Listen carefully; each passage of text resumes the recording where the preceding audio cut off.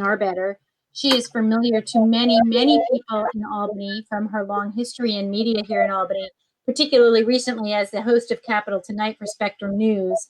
She is, of course, a veteran journalist with extensive experience in public radio and television, and a member of the Women's Press Club of New York Hall of Fame.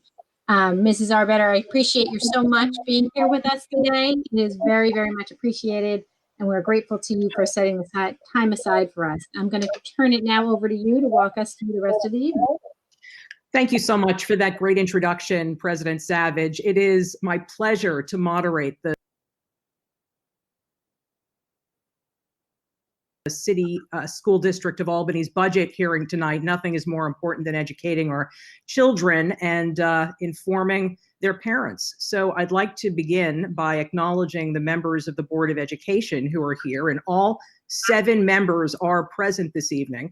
We have President Ann Savage, who we just met, Vice President Vicki Smith, Secretary Tabitha Wilson, Board Member Sridhar Chittoor, Board Member Hassan El-Minyawi, Board Member Ellen Krejci, and Board Member Damaris Mann. Superintendent Kawita Adams and the members of the district's cabinet are also present this evening to discuss the budget proposal and to respond to the many questions that you've already sent to us. And we're going to begin tonight's meeting with a message from President Savage. Now, following that, we will turn things over to Superintendent Adams and Deputy Superintendent for Finance and Business, Kimberly Roaring. And the two of them will take us through the budget numbers. Following their presentation, we will go through the questions that you submitted in advance and allow Superintendent Adams and the district staff to provide those answers. And I'll direct those questions to the appropriate staff member. Once the district staff have answered all of those questions, we're going to respond to any questions that have been submitted during the meeting. And you can do that via this Google form. Find it right online at albanyschools.org/questions. That's albanyschools.org/questions. And you can submit your questions to us right there on the form. The district is committed to responding to as many questions as possible in the time allotted for tonight's meeting.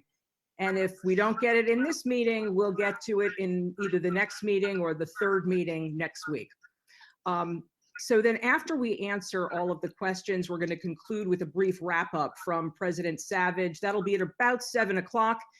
And so to kick us off, let's bring President Savage back on our Google Meet. Mr. Baker, I personally cannot see the slides. I don't know, are they being shown to those who are not in the meeting? Are they on the live stream? No, I'm sorry. I am bringing them up right now. Thank you very much.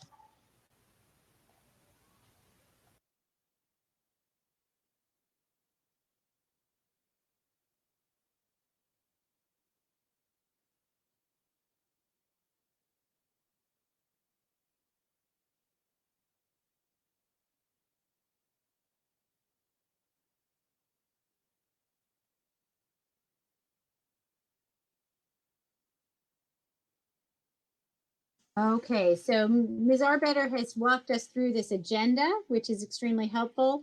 We have an updated link here. The link that is shown here works and will work for you, but there is a more up-to-date one.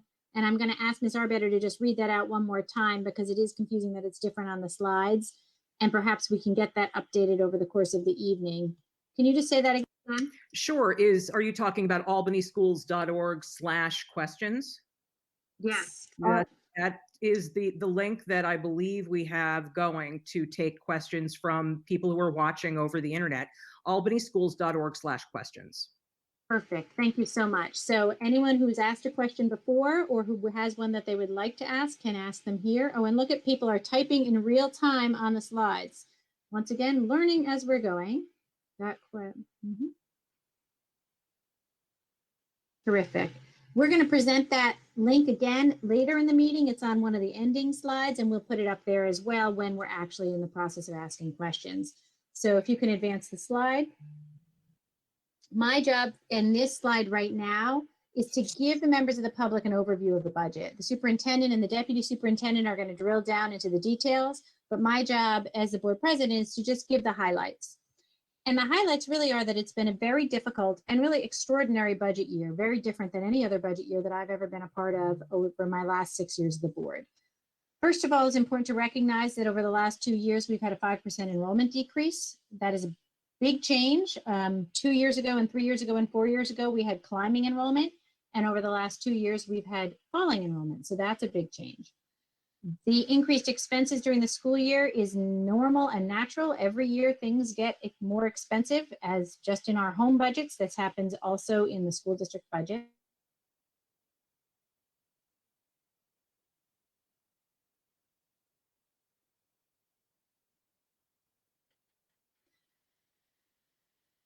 And ultimately that is adopted as the state budget with some amendments from the Assembly and the Senate in April. And almost without fail, the amount of state aid between January and April goes up. You don't count on that money, but you certainly do sense the pattern that that's how it usually works, but not this year. This year, the amount of state aid that was released in January fell sharply when we began the COVID-19 closure, and it became clear that New York State had its own budget woes to attend to. So that is a very different kind of scenario than what we're used to. Also, we have limited reserve funds. That is always a problem for school districts because by law, we're only allowed to carry about 4% of next year's budget from one year to another. That is very unusual, very different than what cities, villages, and towns are faced with, but it is the reality of the school district's regulatory environment. And so we are very careful with our reserve funds. As you all know, we have all, both operationally, meaning my kids are not in school and neither are anybody else's, been doing COVID-19, right? We've had operational changes. They're in distance learning, but not in school. But we've also had process changes, multiple executive orders throughout the course of February and March and into April, changing the process of how we'll vote on this budget and how we as a board put that budget together. So that resulted in some changes to our own internal process. As a result of all of that, for the first time since I've been on the board, we proposed a budget that includes significant non-staffing and staffing reductions. That is always hard and extremely difficult for a board and for the students and teachers and staff members who are impacted. But it was necessary to create a balanced budget. Also, in order to create a balanced budget, we are proposing a modest, and that's my word, modest, 1.96% tax levy increase. That is below or at our tax cap, which is important because it means we need 50% of the voters to vote yes if we would like the budget to pass. If we had exceeded that, it would require 60%. That's what tax cap means. We have been, as a board, incredibly sensitive and protective of our own community's ability to pay. We know that Albany has challenges economically even before COVID. And so as a result, we've been extremely cautious about tax levy increases. And this is the 7th year in a row that we are proposing a tax levy increase under 2%. 2 of those 7 were zero, no tax levy increase at all, and 2 of them were under 1%. Another 2 were fully rebated by New York State as part of their tax cap law. So all of that is just to set the tone, to set the picture, to draw in broad strokes what we have been facing as a board and as a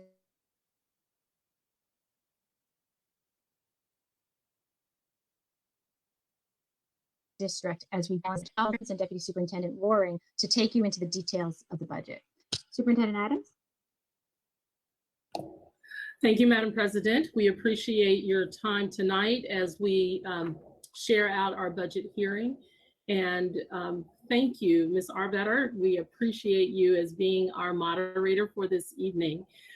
Tonight, Ms. Roaring and I, our Deputy Superintendent of Business and Finance, we will take you through the budget as it has been approved. We always start with our guiding principles, and despite the fact that we are in very challenging times, we still want to make sure that we keep our vision and mission at the forefront of our decisions. We know that our goals are to increase student achievement, enhance the delivery of quality instruction, build our leadership capacity and increase accountability, empower our families to support the success of their children, and also partner with our diverse community. The purpose of our budget hearing is to make sure that we share out the Board of Education approved budget with the public and also provide an opportunity for our public to ask questions with regard to the budget. Our projected budget, while it has been challenging, has been developed in a manner which looks to best serve our children. We understand that the proposed budget calls for all of us to view the services that we provide for our children and families in a very different way, which may include blended learning models or various scheduling options to facilitate adjustments to the programs and services that we use to deliver instruction, and then the programs and wraparound services that we know that our students need. We also look to ensure that our funding allocations and resources are aligned to the needs of our children. Over the past several years, we have invested in professional development to address not only the academic needs of children, the emotional well-being aspect of our children's development. This has been extremely important to us. As we move forward, we look to embed these practices while developing innovative strategies for the wraparound services and support staff to address their roles differently. Our philosophy still remains that we as a district want to engage our learners in a robust educational program designed to provide the knowledge and skills necessary for success. We have found innovative ways to make connections with our children so that while we are apart, we are still together. Our students, teachers, and administrators have been instrumental in providing feedback through our perspectives in online learning, various feedback surveys, and professional development surveys. We are truly in this together, and our proposed budget looks at the integration of best practices through several models and shared services. The adjustments we have proposed may be modified along the way to provide some flexibility based on the number of details which have an impact on our decisions both internally and externally. As stated throughout this process, our budget year has been challenging and has been compounded by many additional expenses associated with situations beyond our control. However, we are committed to focusing on providing our students with a quality learning environment which will be adapted as needed to meet their needs and the needs of our families. At this time, Deputy Superintendent Roaring will now share the 2020-21 Board of Education adopted budget. Thank you, Mrs. Adams.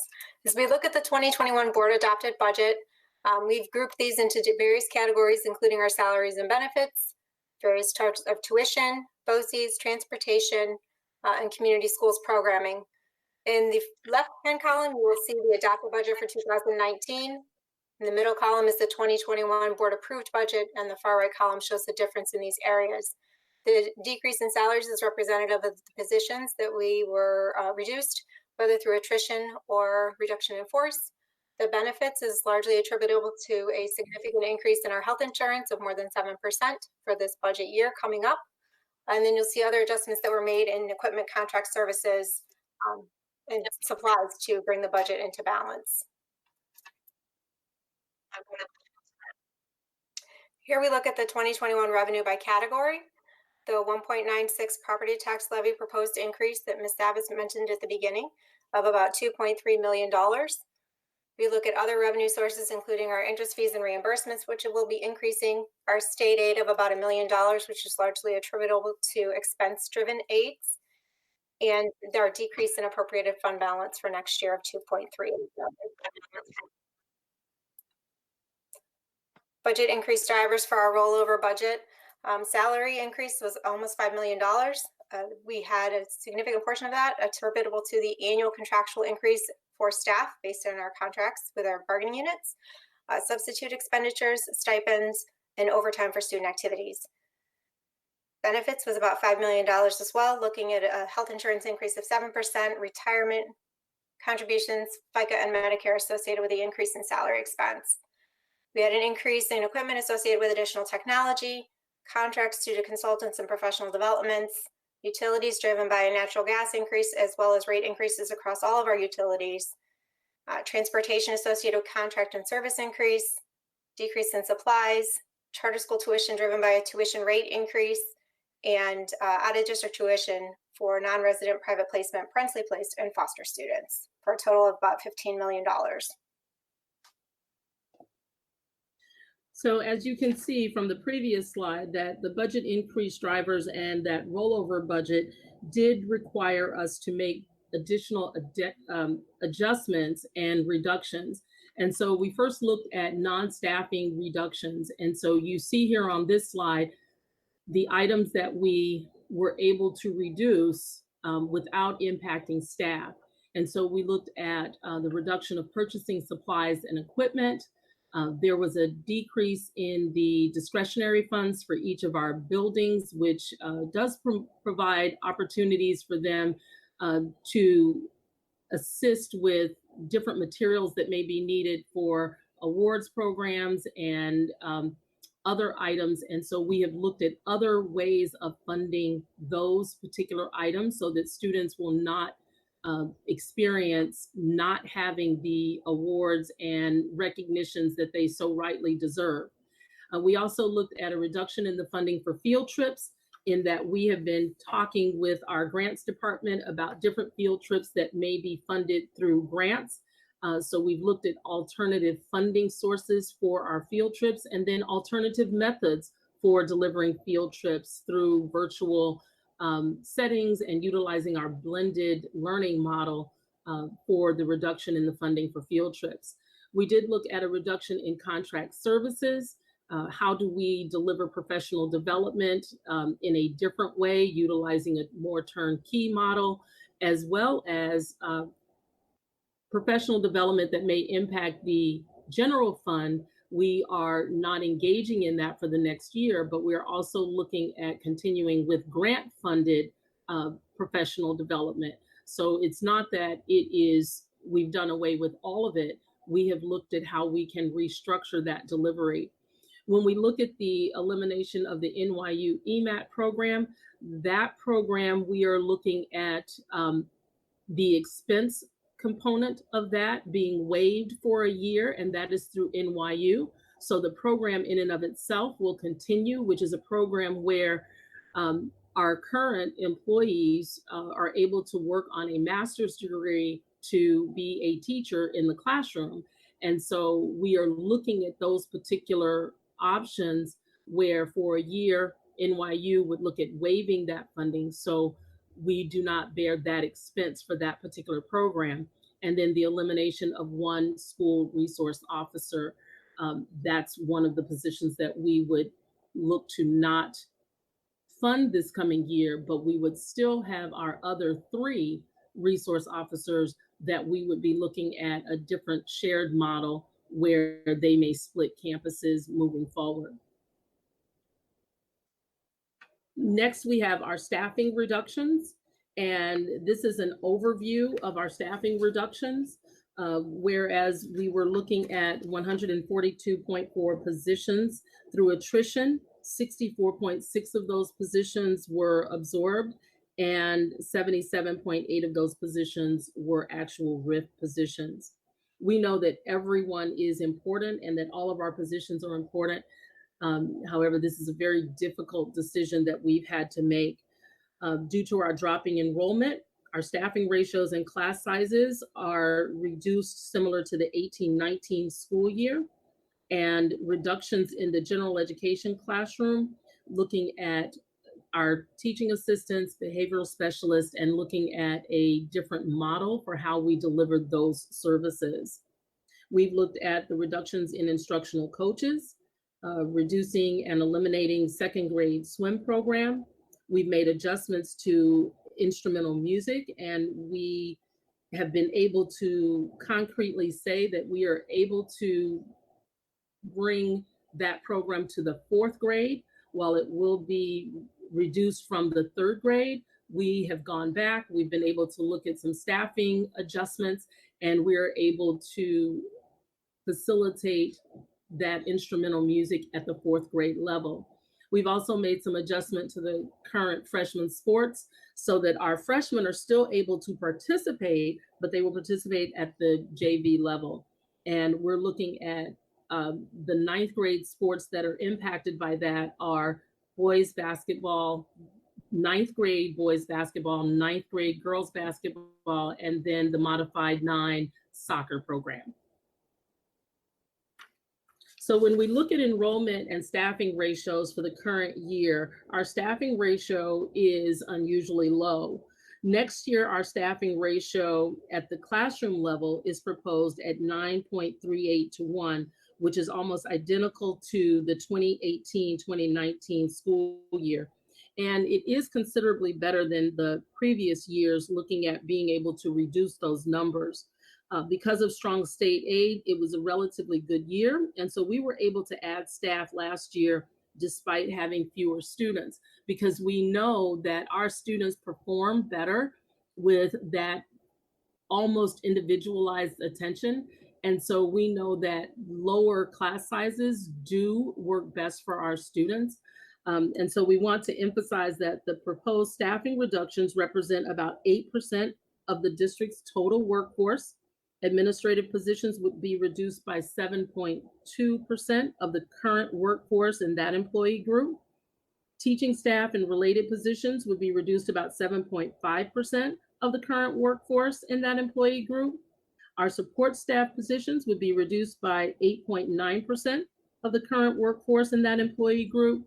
And management, confidential, and other staff would be reduced by 4.4% of the current workforce in those areas. I think it is also important to note that our enrollment, when you look at our enrollment, it's right in the middle of that slide. We do count our pre-K enrollment in our numbers. So we need to make sure that those numbers reflect our pre-K enrollment. And so when you look at our overall enrollment, please note that we showed our pre-K students enrolled, because sometimes there are numbers that are presented where the pre-K enrollment may not be included. We want to make sure that we are showing all of the students that we serve. So with our budget support overview, looking at, despite the reductions that we are seeing, what are we going to be able to maintain in order to move forward? Our decisions have been grounded in trying to maintain the level of programming and service required to address the supports of our diverse students and community. Our budget proposal looks to adjust methodologies and enhance student achievement and the social and emotional well-being of our students and the delivery of quality instruction in a fiscally responsible manner. We are committed to maintaining full-day pre-kindergarten for about 1,000 3- and 4-year-old students, while including the reduction of 2 off-site classrooms. We are maintaining 3 magnet elementary school programs, our dual language program at Delaware Community School. Due to the professional development of our instructional supervisors, we have been able to embed STEM and STEAM-focused initiatives at all levels so that project-based learning, even in an online platform, may be actualized. We will continue to actualize equity in our technology innovation efforts as we work to endlessly close the digital divide throughout the strategic access of Chromebooks and hotspots to provide access and opportunity to our more than 8,000 students. We are maintaining music instruction, K-12, through general music, recorder, band, chorus, and orchestra. However, instrumental music will begin at the 4th grade level in the 2021 school year. We will continue to serve 57 athletic teams, including more than 1,100 students in grades 7 through 12, with our 9th graders being able to participate at the junior varsity level. We are also maintaining our community schools model and initiatives at 7 of our schools, and a community schools model provides academic, health, and social services to students and families before, during, and after the typical school day. While the delivery may include a blended model, we still look to continue and work creatively within the community schools model to support our students and families. We are looking at scheduling options to maintain our advanced placement, international baccalaureate, and university at the high school courses at Albany High. In addition, we are able to maintain all current career and technical education pathways at Albany High's Brooklyn Center and Career and Technical Center. We have ensured that our students with disabilities and our English language learners have accommodations needed to modify assignments and the technological support through teleservices and translators to better support their progress in both a traditional setting and an online platform. While it does take some getting used to, we are all working through it. However, more research and best practices will continue to enhance the delivery of instruction for our vulnerable populations. We will continue to support the growth and development of our faculty and staff through culturally relevant teaching and learning practices, trauma-informed care, and restorative practices. The work of our teachers and staff is so important to our students, and that work is so very visible and it's easy to see. This work is also important. However, behind the scenes, some of the work is done by our administrators and our support personnel. It may be invisible to most, but the differentiated wraparound services and support provided to our teachers and staff work in concert to support the delivery of quality instruction. This comprehensive support has a direct impact on student achievement by establishing a foundation and culture of growth and progress as seen in the increased performance of our students. The 2021 school year has many unknowns, and the guidelines regarding reopening, social distancing, blended classrooms, flipped classrooms, online learning, in-person gatherings, cleaning, sanitization, student attendance, transportation, athletics, and extracurricular activities will look different for us as we approach the new year. One aspect, which will always be consistent, will be our students. Addressing the diverse needs of our students will be at the forefront of our thoughts and processes while we balance accomplishing these goals with providing the social and emotional support for our students and families. At this time, Ms. Roaring will address the unknowns that we face moving forward. So with COVID-19, we have several unknowns that we're looking at as we start the 2021 fiscal year and school year. One is how we will be reopening our schools in the fall of 2020. What are those procedures and systems that we need to have in place to welcome back our students and staff? We also have the potential for state aid funding to be reduced during our fiscal year. As part of the 2021 state budget, the executive has the opportunity to look back at 3 different points in time and propose reductions in state aid to school districts. The legislature does have the opportunity to weigh in and develop its own reduction plan within a 10-day period. We do anticipate some state aid adjustments during our fiscal year, and per the media outlets at this time, that's estimated at a 5 to 20% state aid reduction for us, which is approximately $4 to $16 million.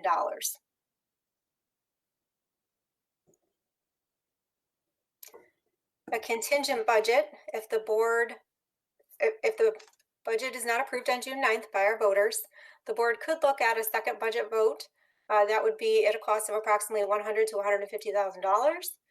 If the second vote were to fail or the board chose not to put up a second budget, we would be looking at a contingent budget, which results in an additional reduction of $2.3 million in our expenditures. We would only be able to do those things that are absolutely required to operate and maintain our schools. We would not be able to purchase any equipment, but that does not affect our instructional hardware. And we would have to look closely at outside building use to make sure that none of that occurred at taxpayer expense. Organizations would be responsible to pay any costs associated with use in full in advance of their use of our buildings.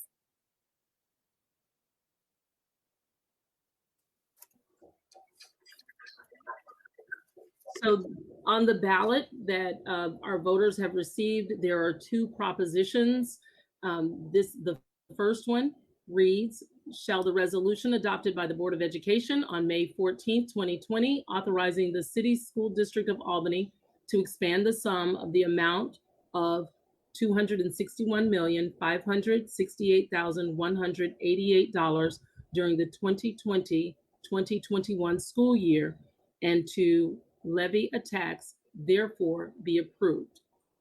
Proposition 2, shall the Board of Education resolution approved on April 2nd, 2020 be authorized to acquire for school operating needs approximately 0.14 plus or minus acres of land located within tax parcel 76.61-4-54 in the city of Albany, state of New York, located near Delaware Community School at the cost not to exceed $13,300 plus any and all customary closing costs to be paid from the available capital reserve fund balance. These are the two propositions that voters will vote on June, well, through the absentee ballot process, where the ballots are due by 5 p.m. June 9th.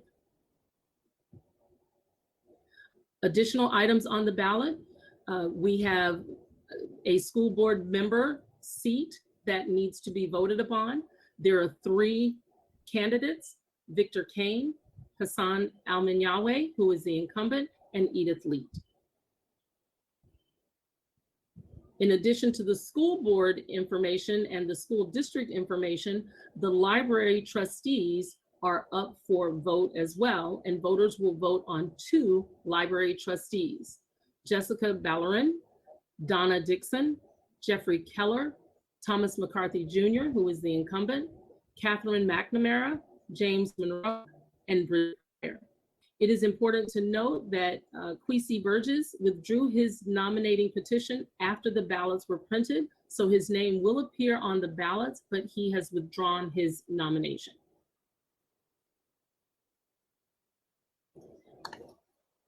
At this time, we will transition and take questions.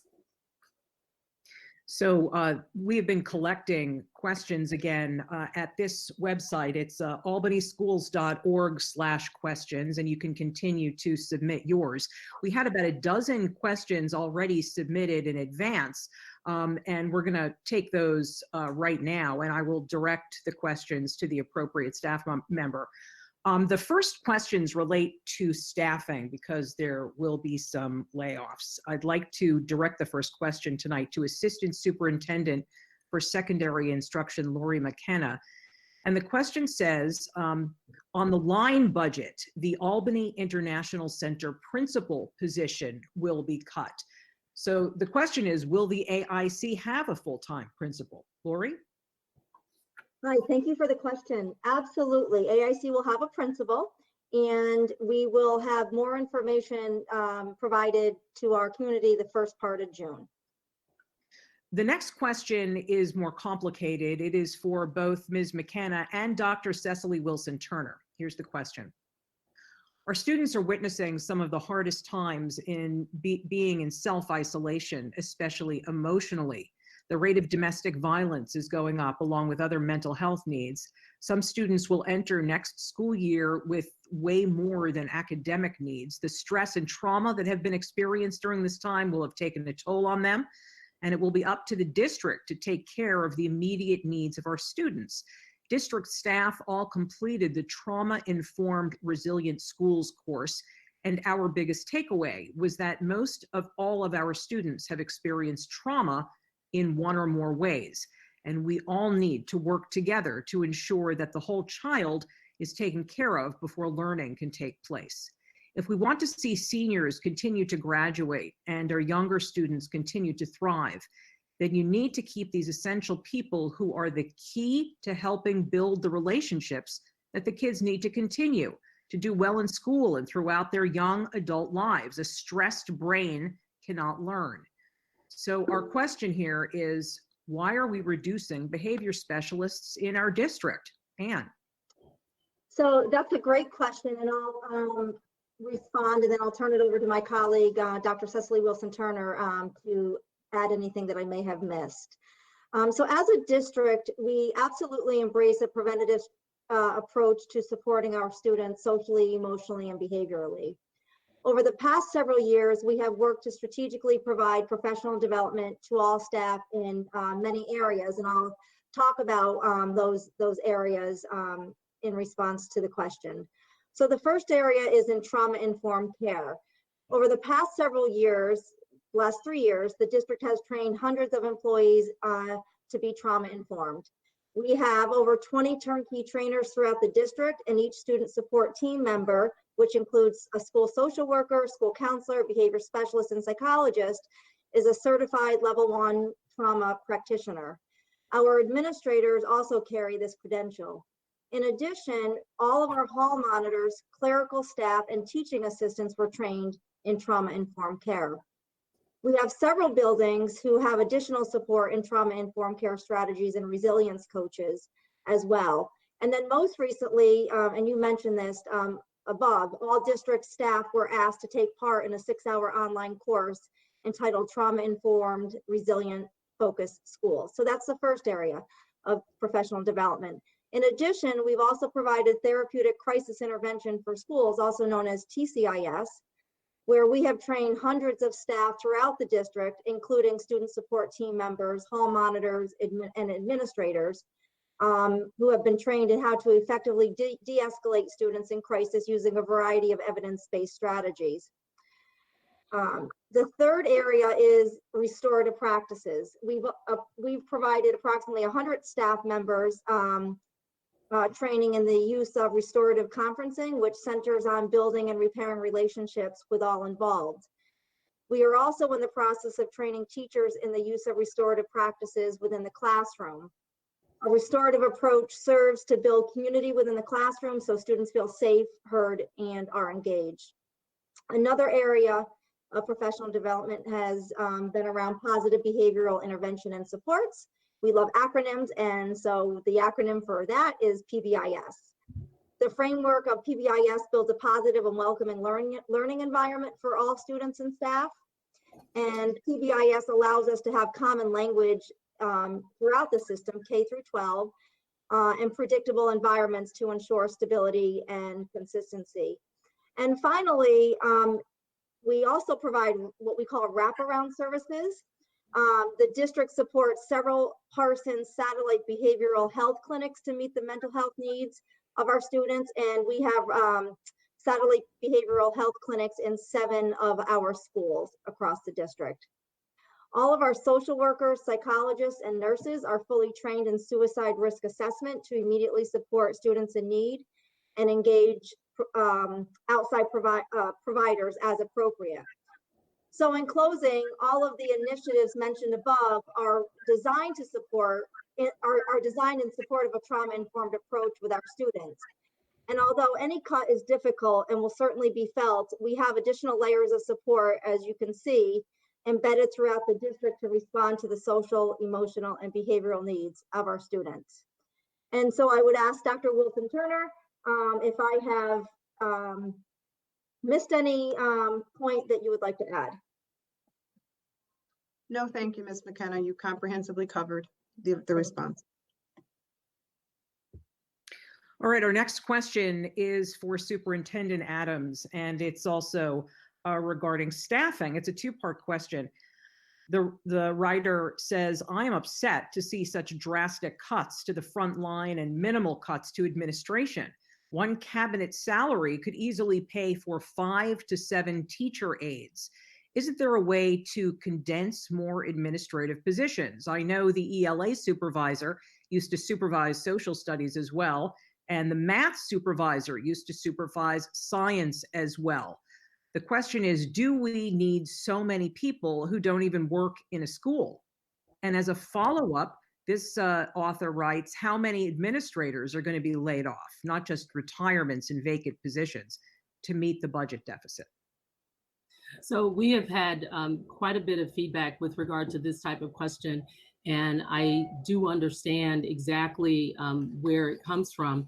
And so I'd like to call your attention back to the slide that is being projected now about the enrollment and staffing ratios, and just calling attention to the percent change budget versus the 2019-20 school year, and looking at where we are with regard to the reductions. And so you can see that APSA, which is our administrative unit, APSU, which is support staff, APSTA, our teachers, MCs, and our non-unit, which means non-union, non-association employees. So when you look at that percent change in the budget, the percentages are pretty close together for our administrative unit, our support staff, and our teaching units.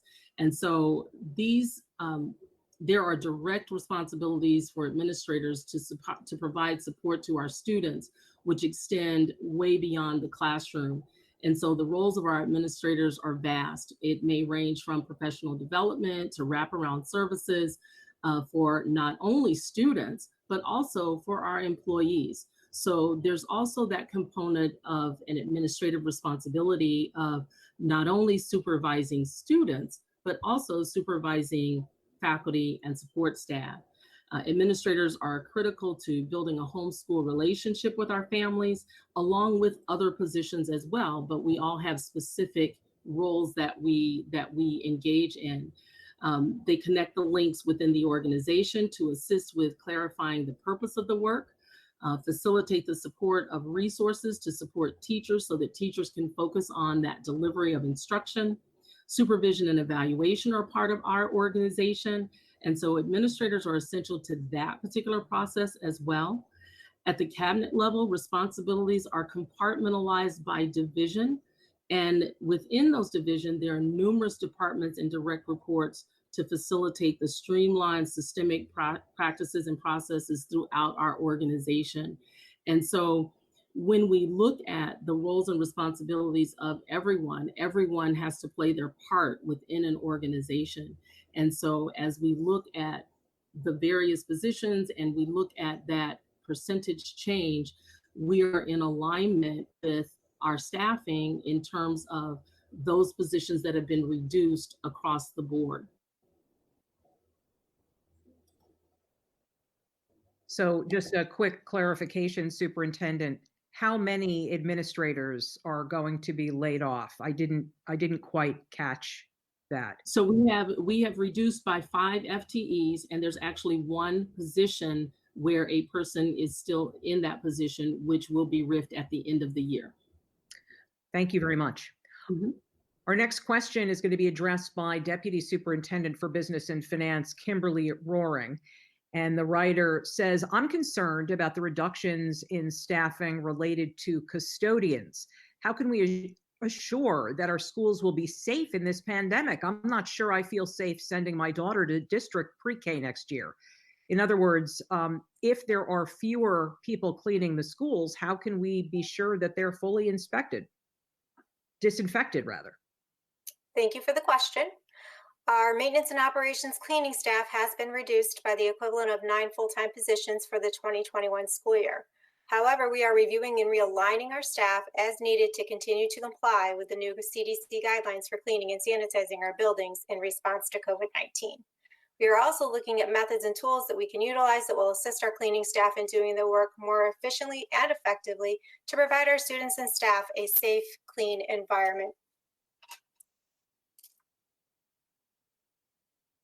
Thank you for that. I want to again give out the address to submit questions. It's albanyschools.org/questions, albanyschools.org/questions. It's actually right there on your screen. The next question relates to class sizes for the 2021 school year. Superintendent Adams, this is for you. How will social distancing be accomplished if class sizes are increased? So thank you again for the question. Class sizes will be addressed in several different ways because as we work through our reopening program and reopening committee, looking at what the structure of our educational delivery will be, we will need to see what that scheduling component would be. And so being able to look at social distancing, what may come in terms of guidelines as far as gatherings and how many students or how many people can gather in one location or one environment. As those guidelines come out, we will absolutely align our schedule to make sure that we are adhering to those guidelines. And so even though social distancing may be a component, the class sizes may be dictated based on how many students can be in one area at one time. And so we would absolutely adhere to that and then adjust our schedule accordingly. Superintendent, there's a related question here. Will there be virtual course options for families who do not feel comfortable sending students to school until a vaccine is developed? I mean, if September starts without a vaccine, which is most likely going to be the case, we can't send kids to school, this writer says, due to household members being very high risk of death if exposed to COVID-19. So that again is being addressed by our district reopening committee, but it is not being done in a vacuum. We know that across the capital region, our CAP region BOCES is also looking at those kinds of components, maybe some shared classrooms virtually, that may be a component. We're also working with the New York State Education Department on those delivery of services and what are some of those policies that may need to change in order to facilitate more of the blended type of instruction when we look at seat time, when we look at requirements and those kinds of things. We also, I'm also a member of the Governor's Advisory Council on Reimagining Education. And so we are getting that input from our educational institutions, from our associations, meaning our unions, and it's all of our unions. We're also getting input from higher ed in terms of what would that look like in terms of being able to provide those types of courses with that virtual piece. What would that look like as we move forward into the fall? So basically, you're working on it throughout the next few weeks. You're going to be working on it. Absolutely. Another question about COVID-19 for you, Superintendent Adams. From what we hear on the news, there's a possibility that students may not return to the classroom 100% of the time in the fall, and there would be an idea of some staying home while some come to school. Will it be taken into consideration that some parents have to work during the day, that their children are potentially assigned to being at home, and then the children will need to go into childcare, which defeats that purpose of social distancing? It will create a huge challenge, both physically and financially, for families. It's a great question. So absolutely, it is absolutely a concern as to what's going to happen with our students, especially our younger students, if there's some type of staggered schedule or alternate day schedule or alternate week schedule or whatever that may look like. And so we are definitely looking at what types of schedules might work best for our families in terms of how does it impact childcare, because we do know that parents have to go to work. And if they're at work and they have younger children, then those students cannot be at home by themselves. And so again, part of that reopening committee, part of the Capital Region BOCES and work with the Advisory Council for the Governor is to establish what might those programs look like.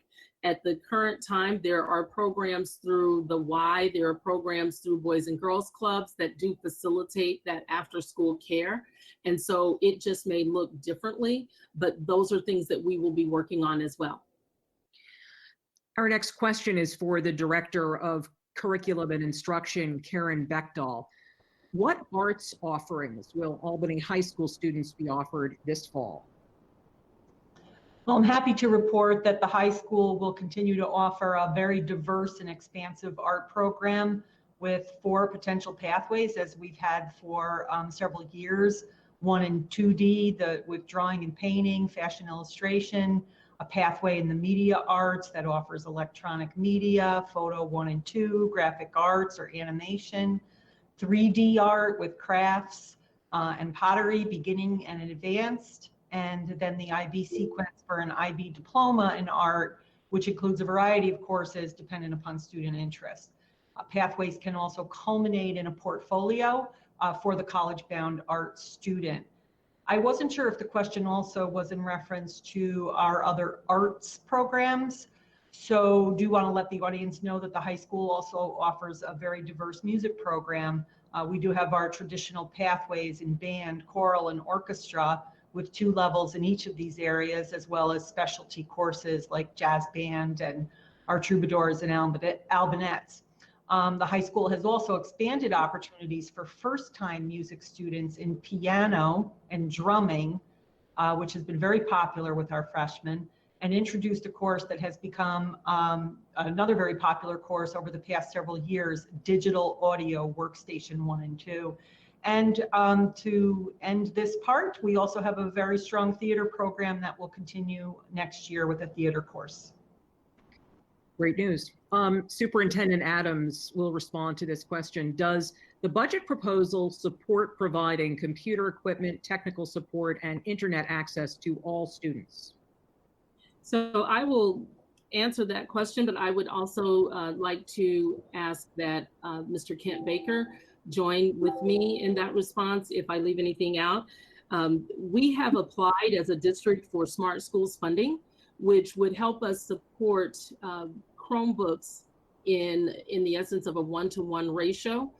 We are looking to get there. We are not there yet. But we are definitely looking to work to get to a 1-to-1 ratio with our students with regard to Chromebooks and access to technology. We were able to work with T-Mobile and get 600 hotspots for our students because we had about 540 or so families who did not have hotspots or internet access in their homes. And so during this particular time, we've been able to get those. We acquired the first 160 a few weeks ago. And then I think within the last week, we have received 200 additional. And then the next wave will be coming in shortly. So we are well on our way to getting to a 1-to-1 ratio to facilitate our students having that equitable access and opportunity to online learning, even in a brick and mortar setting. So I'll turn it over to Mr. Baker.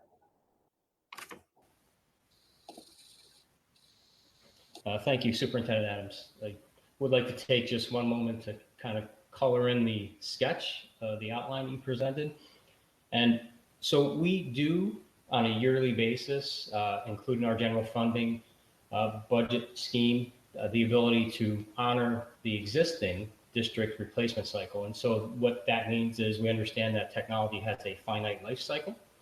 So we do plan in advance to take care of end-of-life devices that exist in buildings. We also are sure to set aside enough funding to adequately provide some of the more specialized technology, and particularly in the high tech learning spaces, or in some of the specialized programs that we have, particularly at the high school and middle school arena. So we are very mindful of general budgeting and access to devices. And in fact, even prior to the COVID crisis, we have been working toward what we call an enhanced access model, where we've been trying to get devices into the hands of students even before we were forced into the remote instructional environment that we have right now. And you alluded to the Smart School Investment Plan that was approved by the board back in April. We are still awaiting finalization and authorization from the State Education Department. However, we still have to consider some of the ancillaries that are associated with a 1-to-1 model. So what this will do when approved is afford us true 1-to-1 device access when it comes to students and all instructional staff. I want to point out, it's our students K-12 as well as our instructional staff, which is roughly 900 plus adults. And while we will have that device access, we have to consider things like ancillaries, meaning we have to have a stash of extra power adapters, extra screens. We have to have about a 10% threshold for what we'll call loaner pool to deal with students who forget things that get broken or being repaired. We also have to consider carts to store and charge the devices in K-5, because we're not really contemplating, if we're back in a traditional school environment, a take-home K-5 1-to-1, more or less a 1-to-1 access wherein the devices reside in a classroom. So we'll look at also acquiring carts to physically store, safely store those devices. You referred to the hotspots. We have in fact received all of the hotspots. And if you recall, thanks to the wonderful donation of a benefactor, we also had an additional 50 that were devoted just to Edmund J. O'Neill Middle School of Excellence. So at the moment, we are meeting the current need as it exists, as well as the projected need insofar as we can tell. Of course, that's a fluid situation. We'll do our best to be responsive to honor the need as it makes itself evident. I also want to point out that there is not only hope, but true advocacy when it comes to the federal E-rate program. That's an offshoot of the SCC, which basically heavily subsidizes access to connectivity for school districts and public libraries. And the long and short is there is a powerful group who is lobbying right now to allow for E-rate to allow school districts to provide connectivity at home for students who are in need. And we're extraordinarily hopeful that that will come to fruition. So that's another thing that's out there that could help us greatly support the need that our students have. And there was, I think, something also mentioned about support. And we are not adding positions to our current tech support staff. However, we do utilize already a central help desk management format.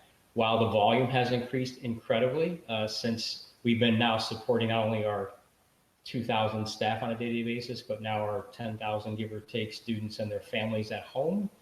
We are certainly a bit more bustling at the help desk, but what's nice about Chromebooks in particular is they afford us a great ability to manage at an enterprise level a lot of the issues, and also the Chromebooks themselves operate in a very simplistic operating system. So you don't get the kinds of issues, a very narrow universe of issues that you will get with these devices.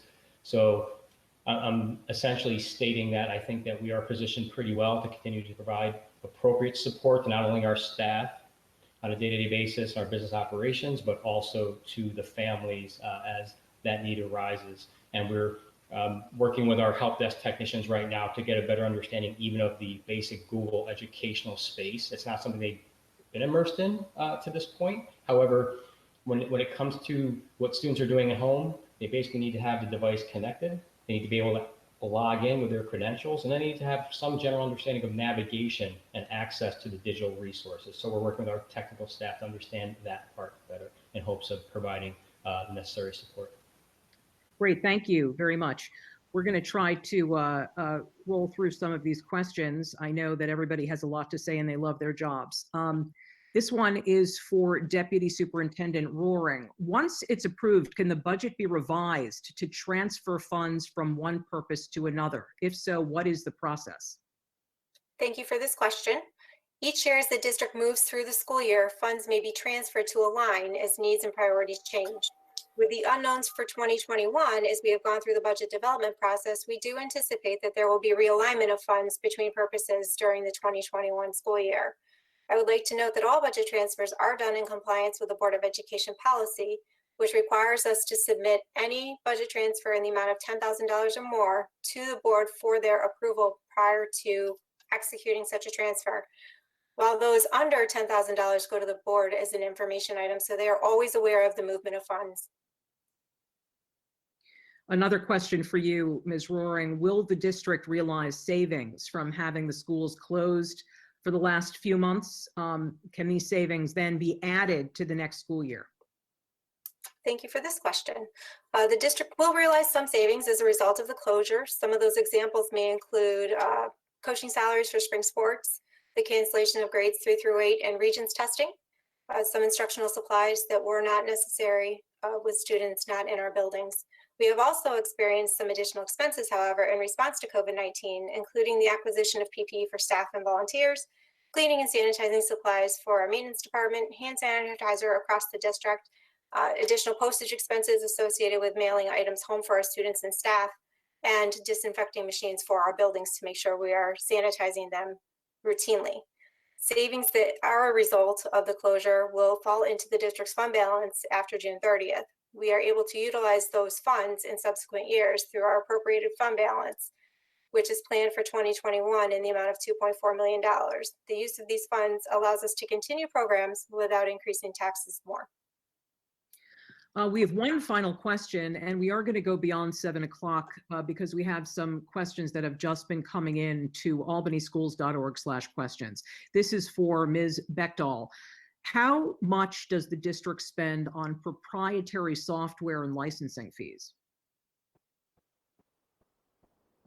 We will spend $255,000 this year, or I'm sorry, for next year for iReady, Lexia, and Dreambox. These are all instructional web-based programs to support math and ELA in grades K through 6. These resources are funded by the New York State Education Department textbook allocations, which are calculated by the state on a per pupil basis. These funds can only be used for the purchase of instructional resources. So those are the questions that people wrote in. We're now going to go through some additional live questions that participants have sent in during tonight's meeting, and district staff will respond to any of these questions that weren't addressed during the first portion of our Q&A. I know it's 7 o'clock, but we're going to try to roll through some of these questions. I don't see Ron. If you're typing a question, I don't see it. I do have a question though for the superintendent while we wait for your questions to be written in by Ron. Superintendent, how would you characterize the financial health of the district over the next 3 to 5 years? So thank you so very much for that question, because I think it's really a dual answer, and I'll ask that Ms. Roaring chime in a little bit later. The health of our district as a district, and looking at how we allocate our resources and what we are looking to support, is healthy. Those decisions that we are making that we believe in will benefit our students, no matter the dollar amount. We will always use our vision and mission as our North Star to make sure that we are doing what is in the best interest of our students. No matter how much we have, we will do that to the very best of our ability. In terms of what may happen in terms of state aid or federal aid that comes to the district, we have advocated for years through our legislative process with regard to our state aid funding and making sure that those dollars are coming to us because we are funded at 45%. We've also looked at, because Albany is very unique in terms of our tax and our property tax, over 65% of our property here in Albany is exempt. And that's due to the state buildings, it's due to colleges and universities. All of the exempt properties that exist here really lower the number of people, if you will, that are able to pay taxes, which is one of the reasons that we work so very hard to stay below our tax cap, because we know that it impacts our taxpayers, and we know how much that means to the people here in our city. And so when we talk about the future, internally, the structures and processes that we put in place put us in a very, I would say, a stabilizing way that we can address how we allocate our resources internally.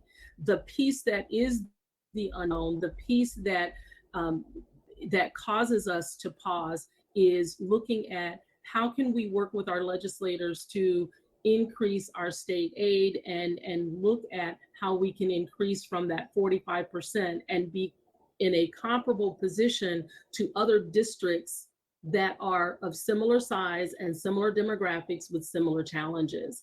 And so I will turn over to Deputy Superintendent Roaring in case there's anything that she would want to add. I think the only thing I might add there is that, we've tried to position the district this year through some very difficult decisions in conjunction with the superintendent and board to have that fiscal vitality as we move forward over the next 3 to 5 years, which we know will pose some challenges in terms of the state level of support, federal resources, and maintaining as low a burden as possible on our taxpayers. Thank you. We do have another question that has come in. Will the school district leadership and the Board of Education make it a priority to restore the programs that were eliminated? Instrumental music starting in 3rd grade has a long history. There needs to be a plan to reinstate that in the future. Can somebody respond? Superintendent Adams? Absolutely. So thank you very much.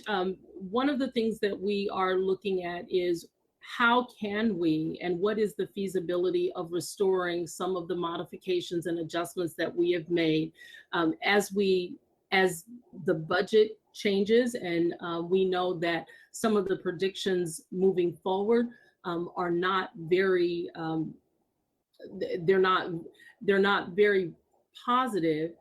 We look at what are some of those things that we're going to be able to do if we can reinstate those particular things that have been adjusted or reduced. We would definitely look to do that, but it would have to be done on a continuum in the big picture of all of the priorities that we have, all of the mandates that we have. Then we would have to look at it in that context. This is a question for, I believe, Ann Savage. Will there be ballot boxes across the district for residents to drop off ballots prior to June 9th? So the answer is, in a sense, yes, because every ballot is postage paid. So you can drop your ballot in any mailbox or hand it to any letter carrier and it will be returned to us. You do need to allow for a little extra time.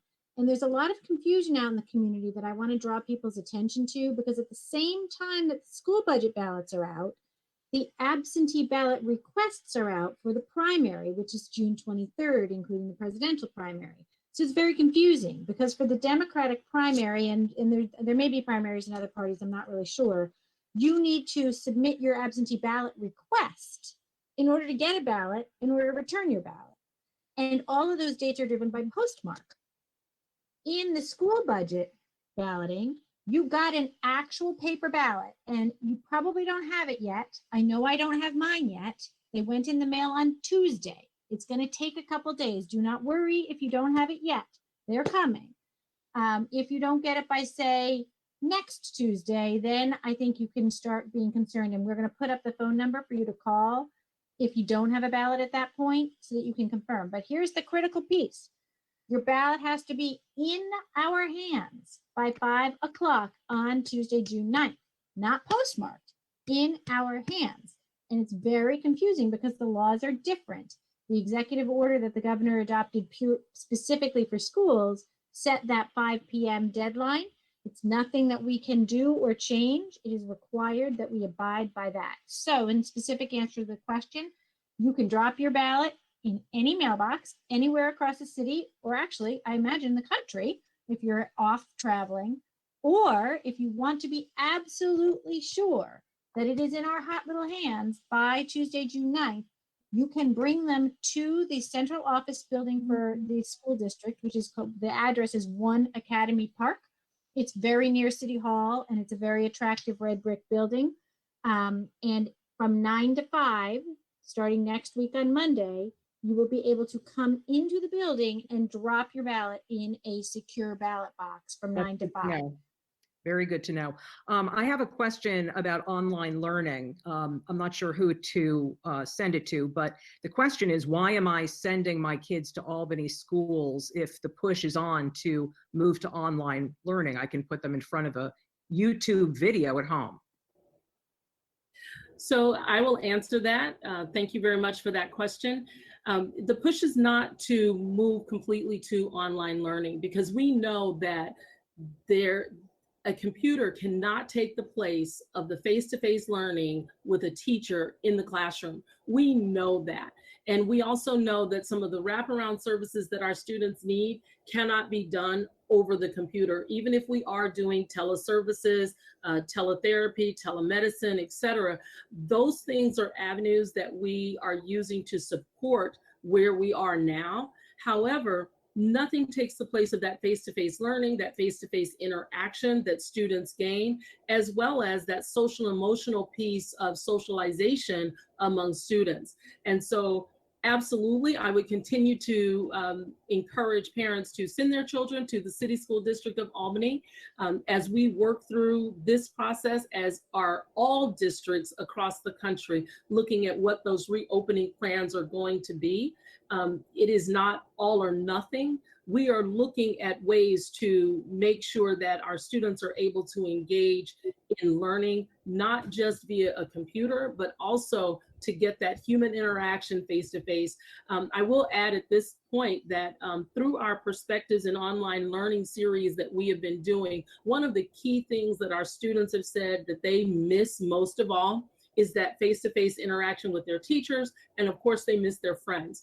And our faculty and staff that have participated in that as well, the number one thing that people miss, they miss their students. So we want our students back as much as possible. We are looking at ways to bring them back. So we're not moving to a complete online learning environment, because we know that nothing can take the place of the teacher in the classroom and the support staff who have that face-to-face interaction with our children.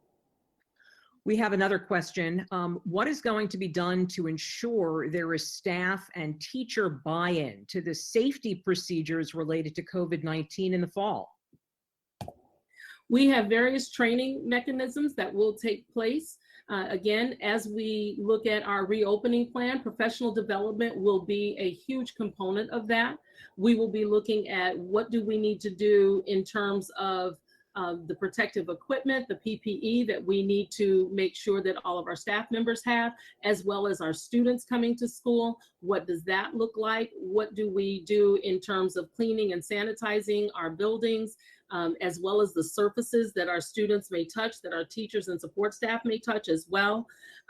There will be lots of training so that people, number one, are aware of what the guidelines are, but then also understanding the importance of following those guidelines, because it's not just keeping yourself safe, it's keeping everyone around you safe as well. And so those are the things that we will be looking at to start. Another question that just came in. I heard that cutting freshman teams will not prevent freshmen from participating because they can play on JV teams. Will the JV teams be twice as large to accommodate all student athletes, or will only those freshmen who are skilled enough to earn spots on the JV teams play?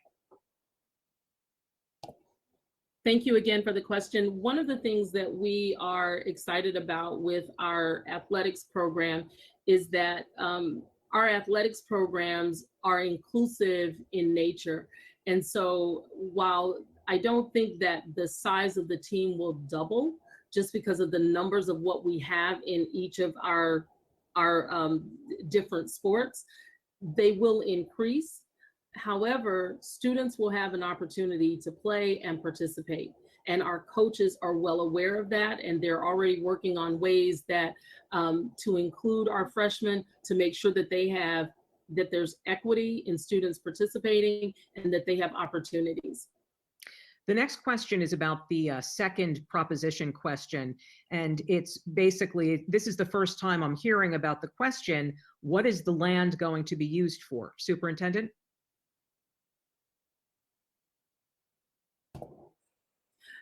I will also ask that President Savage chime in on this one as well. This is property that is located near Delaware Community School, and Delaware is a school that does not have a lot of green space. And so we want to ensure that we can use that land appropriately to support the school with regard to green space so that our students can have opportunities to be outside and to facilitate that particular component of our curriculum. And I will just add that this is one of those things that I love about living in the community the size of Albany. The idea to acquire this property came from the DCS community directly. They were aware that this property had become available and brought it to our attention, which was really terrific. The purchase price of the land is extremely low at $13,300, all told, plus closing costs. And while the timing is terrible, really, we know we don't really want to be spending money on land right now. It's probably a once in a lifetime opportunity, right? That land is not going to be there when our financial situation gets better. So with the modest cost of $13,300, the board felt it was worth asking the voters to approve it. Again, there's no tax increase related to this. It comes out of the capital reserve, and it is such a really very small piece of money when you compare to the scale of the district's overall spending. We thought it was worth asking our voters if they'd be willing to support such a thing, especially because it is much, much needed. This community school, Delaware Community School, has for so many years had real problems providing sufficient recreational opportunities to their children because they are just landlocked. Again, that's the second proposition that you'll be asked to vote on via absentee ballot. We have one last question, and this is a really good one. Is it even feasible to have any sort of staggered schedule for students in the fall? Many teachers have their own children at home, and childcare could be a huge issue. Superintendent. The feasibility of a staggered schedule is one of the things that we're looking at. I'm not going to say that it is absolutely going to happen, and I'm not going to say that it is not, but we are definitely looking into that. And we know that there are complications even beyond families with regard to childcare. Transportation is also a complication. How many buses are we going to need? Are we going to do a medical screening before students get on the bus in terms of taking their temperature and things like that? So I do understand the question, and definitely we will be addressing those types of issues as we look at our reopening plan. But we are also looking at focus groups that we're going to have so that we can get input from our parents. We will get input from our students, our entire community. We will have ways to do that. We've already started with one thought exchange where that link has gone out to our families so that they can start providing us with the big picture overview. But as we get down closer to what things might be looking like, we're going to be soliciting some of that input from our communities because we know that these are questions that have to be answered. So many great questions. On behalf of the school district, I would like to thank everybody who did submit questions for tonight's budget hearing, as well as everybody who logged on to watch the meeting. Your participation is vital and it is welcome. Again, June 9th is the day that your absentee ballot has to be in the mailbox and it has to be there in the school district by 5 p.m. I'd like to invite President Savage back now to provide a wrap-up. So I'm going to ask Mr. Baker to advance the slides so those of us who like to learn visually can see that same information. So we did mail a ballot to every single registered voter. That is 47,000 registered voters, plus or minus, in the City School District of Albany. If you are registered to vote, and this says did not receive a ballot, but since I didn't receive one and I know I'm registered to vote, I'm going to ask that you hold off until next week before poor Miss Bowie gets overrun with calls. The ballots are in the mail. They should be received by next week. If you don't get it by next week, begin to be concerned. The return ballots, the postage is already paid. All you have to do is open the ballot, answer the 4 questions, Proposition 1, Proposition 2, a vote on school board, 2 votes on library board, fold it back up, put it in the envelope, and put it in the mail, and you are done. Or you can hand deliver to Academy Park weekdays from 9 to 5 starting on Monday. Again, the best way to assure that it's in our hands and not have to worry about any potential slowdown in the mail, because we have no control over that, is to walk it, drive it, bus it, bike it to Academy Park and bring it there yourself.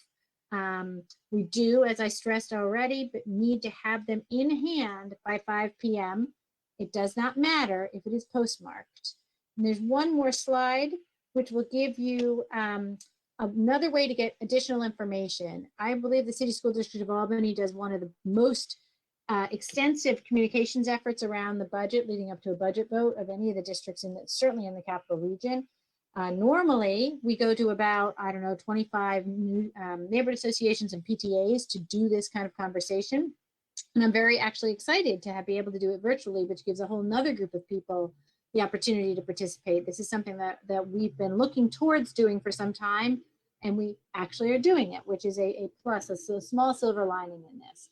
In addition to these sorts of opportunities to ask questions, there is a budget newsletter that is mailed to every household in the city. Those have been received by most people. Mine was in my mail today.